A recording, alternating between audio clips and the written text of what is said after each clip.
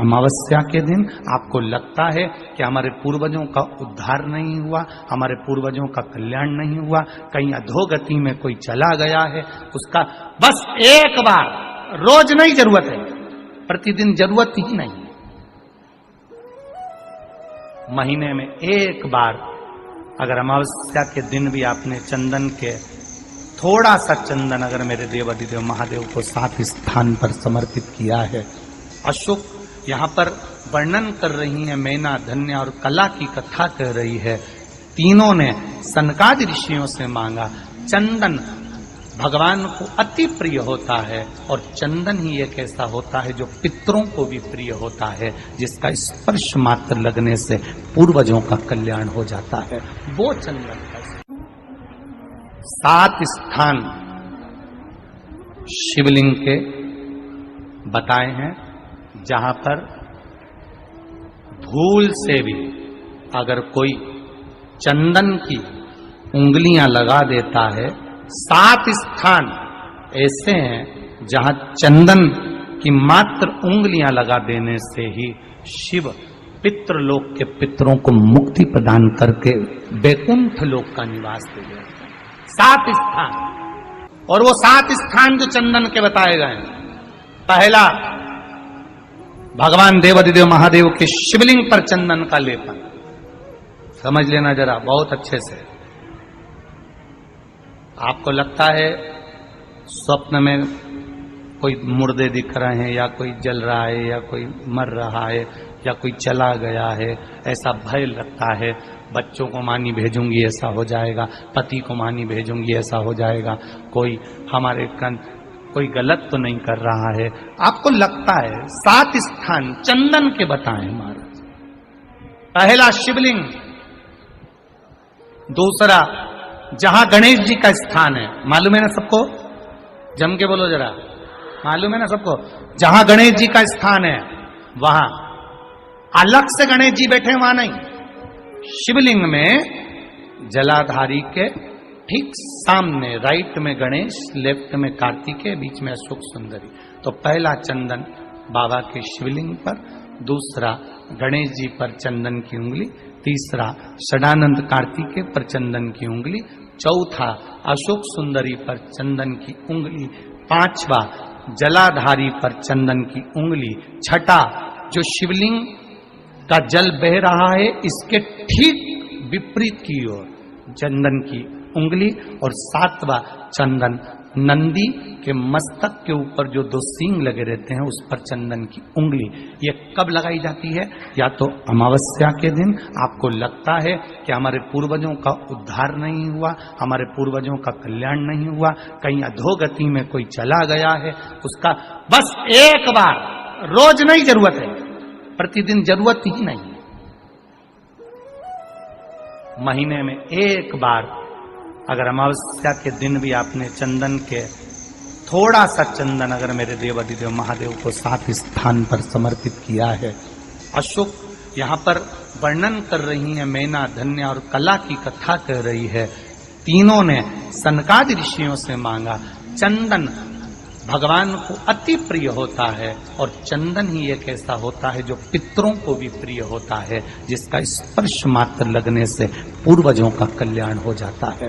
वो चंदन का। आपके घर में पितृदोष है, आपको ऐसा महसूस होता है, आपको लगता है, तो किसी भी नवरात्रि के पहले जो अमावस्या पड़ती है, मान लो अपन अमावस्या पड़ी, आप एक अंदाजा लगाइए, तो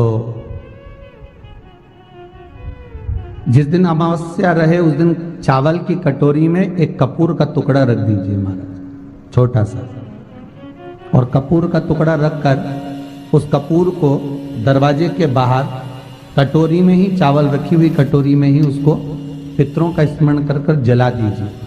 और जलाने के बाद उस चावल को कहीं भी किसी भी वृक्ष की छांव में पक्षियों के लिए डाल दीजिए।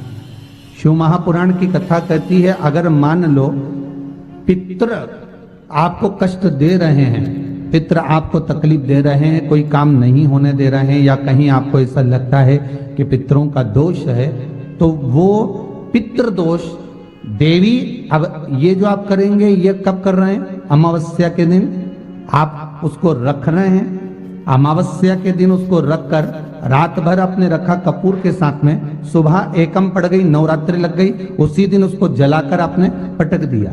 अर्थात उससे देवी और पितृ इन दोनों का आशीर्वाद जो प्राप्त होता है, तो घर में से पितृदोष समाप्त होकर लक्ष्मी की वृद्धि प्रारंभ हो जाती है, कार्य में सिद्धता आ जाती है। मान लो अगर पितृदोष है तो करो, नहीं है बड़े अलमस्ती से रहो, तो ये पितृदोष का स्मरण। तो यहाँ शास्त्र कह रहा है कि पितरों का जो लोक होता है, पितर जो लोक होता है, उस पितृलोक में 64 योगिनियां प्रवेश नहीं करती। शिव महापुराण कर रही है, शंकर की कथा कर रही है। एक छोटा सा उपाय अवश्य करिएगा। मान लो आपको लग रहा है कि आपके घर में पितृदोष है, आपको ऐसा महसूस होता है, अमावस्या पड़ती है, चावल की कटोरी में एक कपूर का टुकड़ा रख दीजिए, मान छोटा सा, और कपूर का टुकड़ा रखकर उस कपूर को दरवाजे के बाहर कटोरी में ही, चावल रखी हुई कटोरी में ही उसको पितरों का स्मरण कर कर जला दीजिए। और जलाने के बाद उस चावल को कहीं भी किसी भी वृक्ष की छांव में पक्षियों के लिए डाल दीजिए। शिव महापुराण की कथा कहती है, अगर मान लो पितृ आपको कष्ट दे रहे हैं, पितृ आपको तकलीफ दे रहे हैं, कोई काम नहीं होने दे रहे हैं, या कहीं आपको ऐसा लगता है कि पितरों का दोष है, तो वो पितृदोष देवी, अब ये जो आप करेंगे ये कब कर रहे हैं? अमावस्या के दिन आप उसको रख रहे हैं। अमावस्या के दिन उसको रखकर रात भर आपने रखा कपूर के साथ में, सुबह एकम पड़ गई, उसी दिन उसको जलाकर आपने पटक दिया। अर्थात उससे देवी और पितृ इन दोनों का आशीर्वाद जो प्राप्त होता है, तो घर में से पितृदोष समाप्त होकर लक्ष्मी की वृद्धि प्रारंभ हो जाती है। अमावस्या के दिन प्रदोष काल में, प्रदोष के समय पर, प्रदोष काल में शाम के समय पर जाकर किसी भी नदी, तालाब, बावड़ी, कुआं, कहीं ना कहीं जो आपके पास में हो, वहां पर एक घी का दिया, बत्ती का मुंह दक्षिण की ओर कर कर अवश्य जला कर जाना, सारे पितृदोष समाप्त हो जाएगा। अगर नदी, तालाब, बावड़ी, कुआं नहीं है तो पीपल का वृक्ष हो या बेलपत्री का वृक्ष हो या बट का वृक्ष हो, उसके नीचे लगा दो प्रदोष काल में। पर अमावस्या के दिन लगाएं जरूर। क्यों? क्योंकि अमावस्या 16 दिन तक पितृ मृत्यु लोक में आने के बाद में भोजन ग्रहण करते हैं। अमावस्या के दिन पितृ शाम के समय प्रदोष काल में शंकर भगवान का नाम जाप कर कर नदी, तालाब, बावड़ी पर पानी पीने जाते हैं। वहां से जल का आचमन कर कर पितृ अपने लोक को चले जाते हैं प्रदोष काल के समय पर। इसलिए प्रदोष काल में जलाशय के पास में बावड़ी, कुआं, नदी, तालाब के किनारे पर दिया लगाया जाता है, दक्षिण की ओर मुख कर कर बत्ती का, तो पितृ आशीर्वाद देते हुए जाते हैं कि फलो फूलो, आगे बढ़ो, उन्नति करो, तरक्की करो। ये पितरों का आशीर्वाद रहता है, पितरों का वर रहता है। आप देंगे, कुछ करा ना करा, फिर अमावस्या के दिन उस दिन दिया दक्षिण की ओर बाती का मुख कर कर।